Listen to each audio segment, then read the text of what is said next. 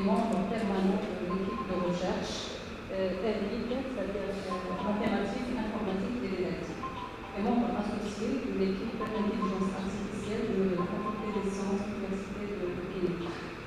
Alors, d'abord, dans cette présentation, je vais partager avec vous nos résultats de recherche.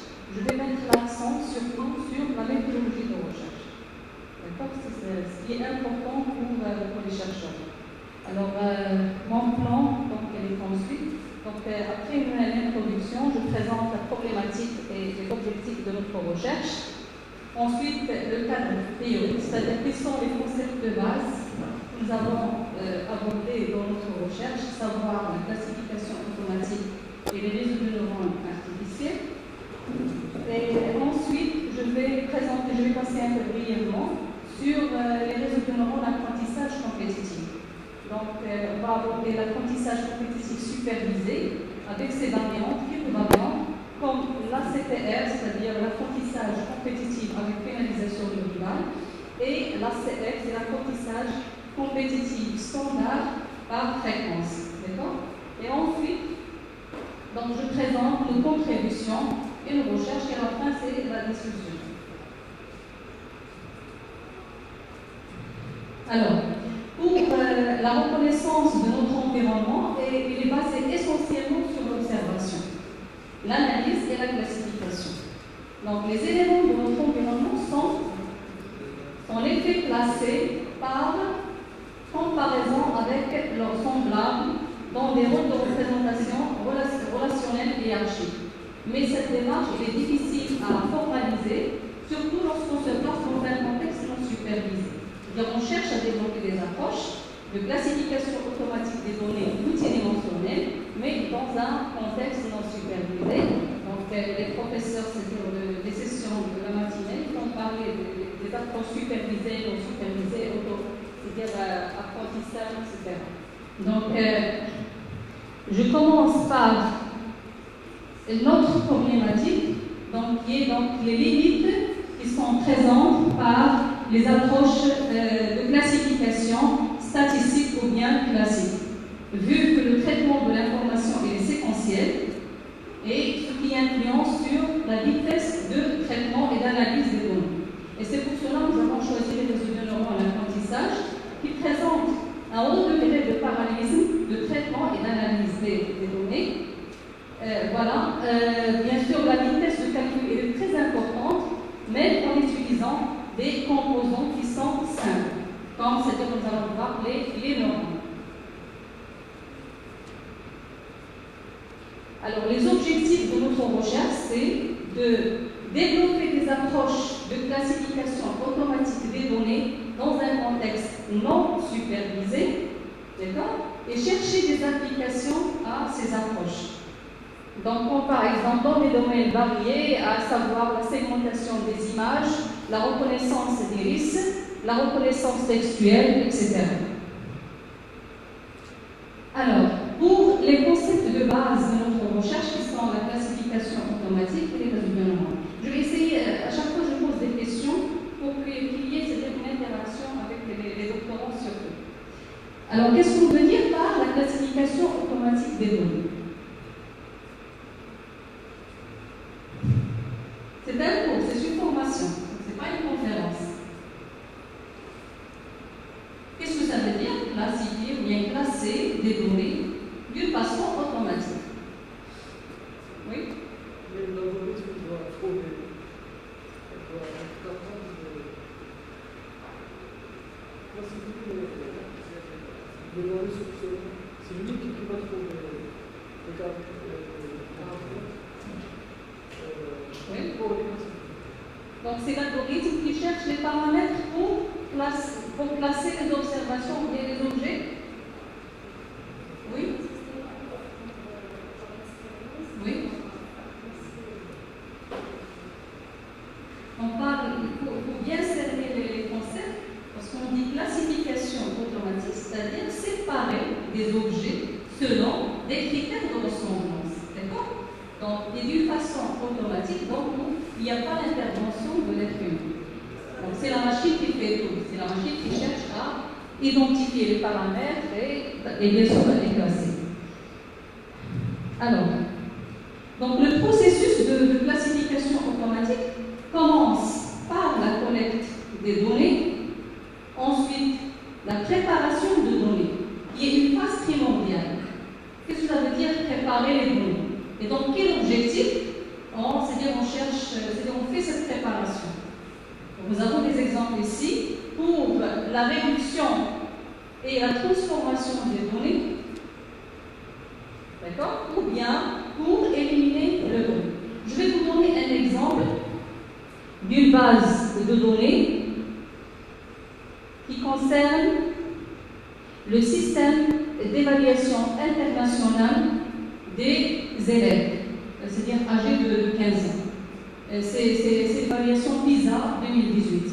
Comme vous voyez ici, nous avons une base qui est très grande, avec un nombre d'observations qui dépasse les 600 000 et un nombre de variables qui dépasse les 1000. Alors, comment je vais me comporter avec cette base? Classifié dans plusieurs catégories. Avant de passer à la classification, donc la première des choses, je dois définir mon objectif. Je vais faire cette analyse pour quel objectif? Quelle est la problématique? D'accord?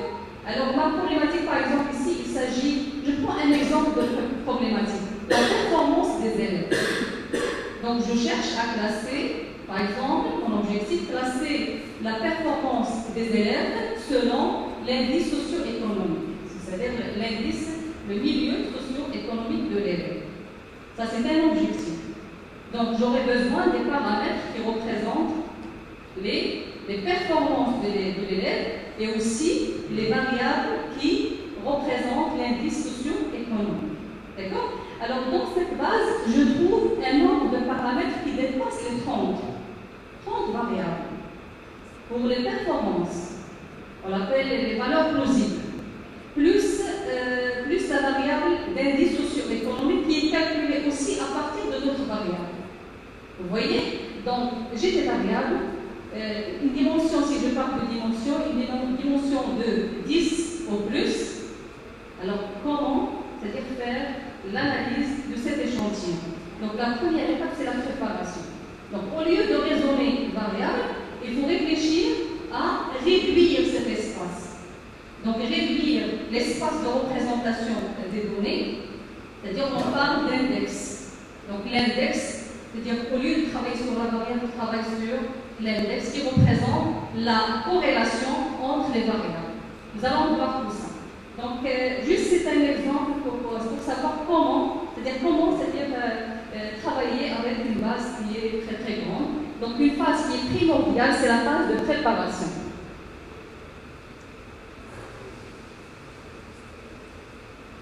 D'accord? Alors, pardon. Alors, nous avons la phase de pré-traitement, c'est pour réduire l'espace de représentation des données, c'est-à-dire les attributs, le nombre des attributs qui caractérisent un objet. Au lieu de travailler avec 100 attributs, par exemple, je vais les réduire pour un nombre, c'est-à-dire où le système pourrait analyser. D'accord? Ou bien pour réduire le nombre de données. Le nombre de données à traiter. Et dans ce cas, c'est-à-dire, je vais vous présenter une fois les contributions où on travaille sur la fonction de densité de probabilité et non pas les données brutes. D'accord? C'est une étape qui va réduire le nombre d'observations ou bien d'objets qui vont être traités. Alors, après cette étape de préparation de données, on fait appel à une procédure de classification automatique des données. Peu importe la procédure, c'est-à-dire c'est pour séparer. Alors, après, donc, c'est l'analyse des résultats et l'interprétation.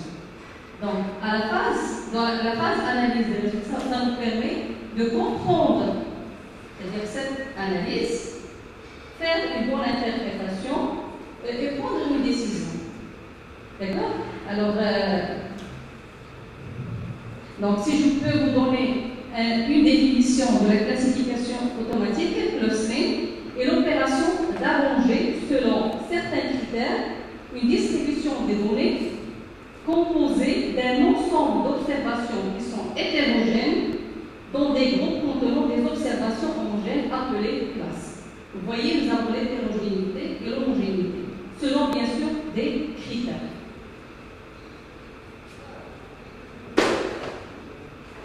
Pardon. Donc les données d'application, comme vous avez vu, donc de la classification automatique, elle est très énorme. Donc de data mining, la reconnaissance des formes, etc.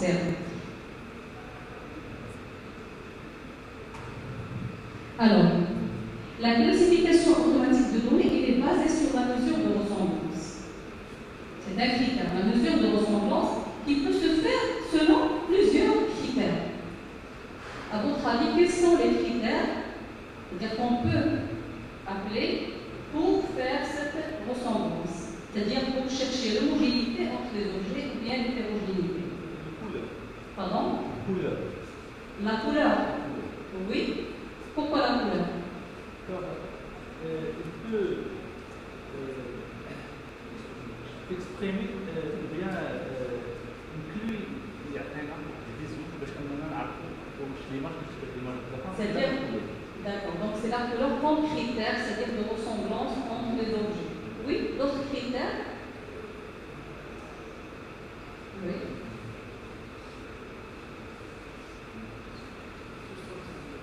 Là, la soustraction, c'est-à-dire? Exactement, oui. Oui, c'est-à-dire appliquer une opération, il y a des opérations sur deux objets, et à partir de cette opération, c'est-à-dire appliquer une fonction qui va décider est-ce que ces deux objets sont semblables ou non. Donc, bien sûr, donc, le premier critère, nous avons un critère de ressemblance, ou bien de similarité.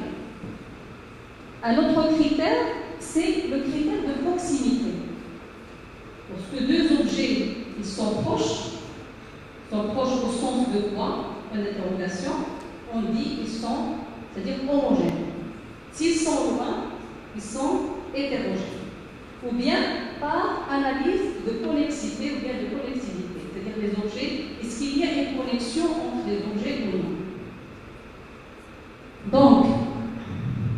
Donc l'objectif de la classification, c'est de maximiser la ressemblance inter-classe en minimisant la ressemblance intra-classe. Donc c'est ça l'objectif de la classification. Donc pour l'analyse, c'est-à-dire de ressemblance entre les objets, on peut utiliser plusieurs règles. Par exemple, la règle de mesure de distance. C'est-à-dire que je peux utiliser plusieurs formes de distance pour voir la similarité entre les objets. Ça peut être la distance euclidienne, ou bien la distance de Mahalanobis, ou bien d'autres distances. Et nous allons voir après quand est-ce que je vais utiliser la distance euclidienne et non pas utiliser d'autres distances. D'accord? Alors,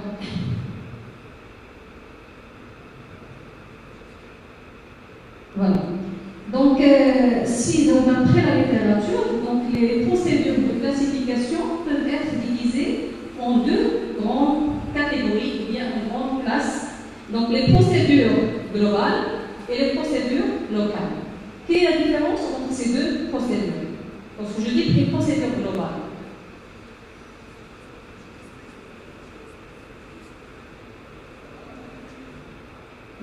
donc, oui. Exactement. Donc, il tient compte, bien prennent en considération l'ensemble des observations. D'accord? Pour bien, c'est-à-dire marquer ou bien pour identifier les classes semblables.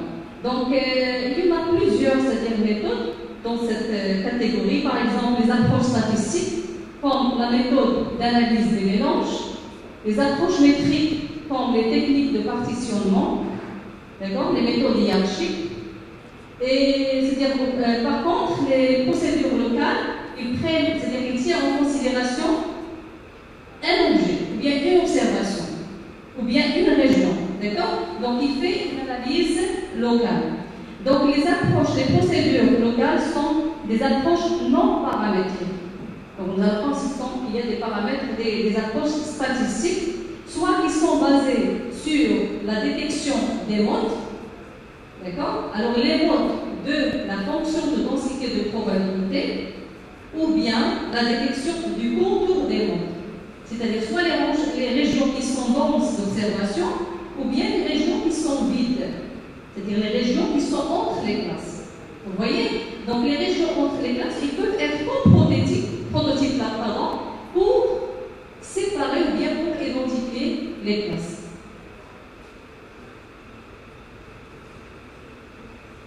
Donc, je peux m'arrêter une minute pour si vous avez des questions. Oui? C'est clair. D'accord. Je passe maintenant aux généralités sur les réseaux de neurones. Donc, les réseaux de neurones artificiels, c'est quoi? Et pourquoi les réseaux de neurones artificiels? Et quel est l'objectif des réseaux de neurones artificiels? Donc, on trouve plusieurs définitions, mais j'ai pris donc la définition la plus simple qui dit que le réseau de neurones artificiels est un assemblage d'unités de calcul simples, neurones formels. On les appelle les neurones formels, qui ont pour origine le neurone biologique. D'accord? Donc il y a une simulation du neurone biologique. Donc on va voir le neurone biologique est caractérisé par quoi? C'est-à-dire pour le simuler par un neurone formel plutôt. Donc un neurone formel, il est défini généralement par des entrées, par exemple les P1, P2 jusqu'à PR, d'accord? Par des poids synaptiques. Alors les poids synaptiques, ce sont des paramètres de liaison entre les neurones. D'accord? Donc on va détailler ça après. Donc on les appelle aussi les coefficients de pondération. Bien sûr, qui caractérisent toujours le réseau de neurones. Alors nous avons ici l'entrée totale du neurone. Donc elle a la fonction ici, c'est la fonction somme qui se calcule par le produit scalaire entre le vecteur d'entrée et le vecteur point. D'accord? Alors après, nous avons une fonction d'activation. Cette fonction d'activation, elle peut prendre plusieurs formes, selon notre objectif. D'accord? Selon notre objectif, bien sûr, et selon les contraintes de l'échantillon. Et une sortie A.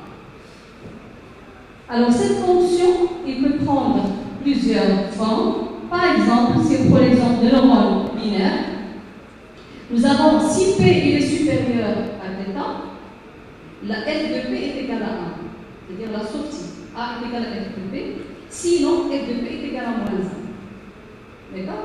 Est-ce que quelqu'un parmi vous pourrait nous donner une interprétation géométrique du neurone formel, d'après ce qui a été présenté?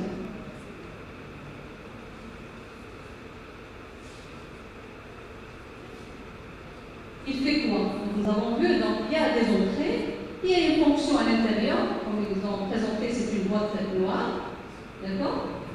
Et lorsque nous avons une sortie, si on prend un exemple d'un neurone formel qui est simple, pardon, avec une fonction de type neurone binaire, qu'est-ce qu'il fait exactement?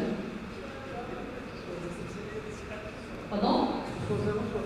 Soit 0 ou 1. D'accord. Alors, essayez de calculer. Vous faites un petit calcul, donc nous avons le produit scalaire des entrées. D'accord? P par W, plus, pardon, avec la fonction, avec un seuil. C'est-à-dire avec un seuil. Donc, en fin de compte, c'est un séparateur. Donc, il va créer une ligne de séparation entre les classes. Donc, c'est un séparateur, c'est-à-dire linéaire. On dit linéaire. D'accord? Il va séparer un échantillon à 2D, je prends l'exemple à 2D, en deux classes. D'accord? Mais après, donc, si nous avons, c'est-à-dire des distributions à dimension très élevée, est-ce qu'un neurone est suffisant? Bien sûr, non. Donc, il faut de plusieurs neurones pour pouvoir faire une classification, c'est-à-dire classification des données de façon non linéaire. D'accord? Alors c'est important de connaître le sens de la fonction. L'interprétation géométrique elle est très importante parce que si nous avons des formules, nous avons des spécialités différentes. Il y a des gens des mathématiques, donc ils font la modélisation. Nous, on essaie d'appliquer les réseaux de neurones dans plusieurs domaines. Mais si on n'arrive pas à bien comprendre, c'est-à-dire le sens, bien l'interprétation des fonctions mathématiques, on n'arrive pas à développer nos travaux. Alors ici, donc, l'essor qu'on connaît les réseaux de neurones depuis des années a fait apparaître une variété de réseaux, d'accord, de types différents, mais qui se distinguent entre eux surtout par l'application, l'architecture et la méthode d'apprentissage. D'accord? Donc on peut se classer les réseaux de neurones en deux catégories. Nous avons les réseaux récurrents et les réseaux non bouclés. Donc les réseaux non bouclés, comme vous voyez, nous avons un exemple, le réseau multicouche. C'est le réseau que nous avons utilisé dans notre recherche. Donc il est simple, il est constitué de, on peut dire, 3 couches, une couche d'entrée, une couche cachée, une couche de sortie. Mais on peut avoir plusieurs couches cachées, c'est-à-dire plusieurs traitements. Alors maintenant, l'apprentissage. Donc je vais passer un peu vite parce que notre professeur, il a déjà présenté la partie théorique, c'est-à-dire des lois d'apprentissage. Donc l'apprentissage, les algorithmes d'apprentissage peuvent être divisés en deux catégories, ou bien 4, ou bien 3. D'accord? Donc nous avons choisi, c'est-à-dire les deux types, supervisés ou non supervisés. Lorsque je dis un algorithme d'apprentissage supervisé, c'est-à-dire les données qui sont étiquetées. Ou bien, c'est-à-dire qu'il y a des labels, des étiquettes je prends l'exemple de classification d'un échantillon, d'observation. Alors, chaque observation est là, c'est-à-dire il a l'information, c'est-à-dire propre à elle, plus une autre information. Alors, l'autre information, ça dépend de notre objet, c'est-à-dire du contexte. Si c'est par exemple, il s'agit de la classification, on peut la considérer comme le nombre de classes. D'accord?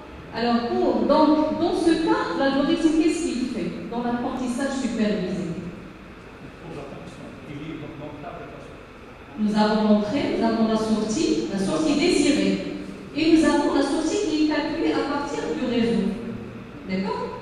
Alors, l'objectif de l'apprentissage supervisé, c'est de minimiser l'erreur entre la sortie désirée et celle calculée. D'accord?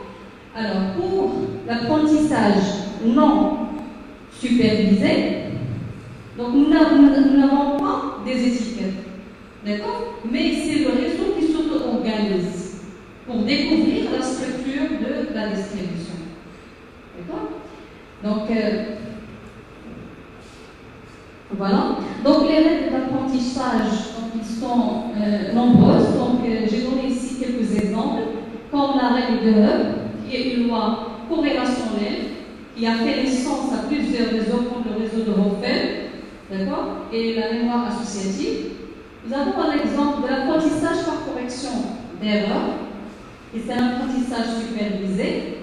L'apprentissage de Boltzmann, un apprentissage de type stochastique qui ajuste les poids des connexions pour que l'état des cellules visibles corresponde à une distribution probabiliste. Et l'apprentissage compétitif, sur lequel on s'est basé pour développer nos contributions, il est inspiré de la méthode des Canis. D'accord? L'algorithme de Canis, c'est un algorithme de classification automatique.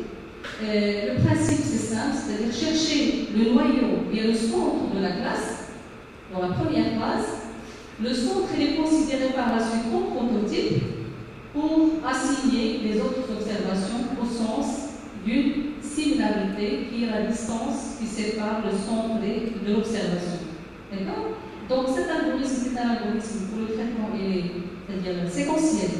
Mais avec l'apprentissage compétitif, le même principe a été programmé dans un réseau de neurones. Voilà. Donc maintenant, je présente le réseau de neurones apprentissage compétitif qui est utilisé dans la classification automatique.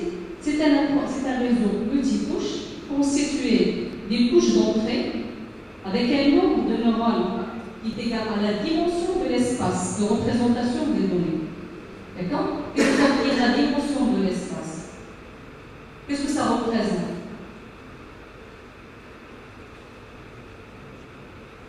Je prends l'exemple de classification d'un échantillon. D'accord? Un ensemble d'observations dans un espace. Alors, la première couche, elle va recevoir cette information, c'est-à-dire de l'observation. Donc, chaque observation, c'est un vecteur avec un nombre d'attributs, des caractéristiques. D'accord? Le nombre des attributs de l'observation, c'est la dimension de l'espace. D'accord? La couche cachée, il dépend de l'objet.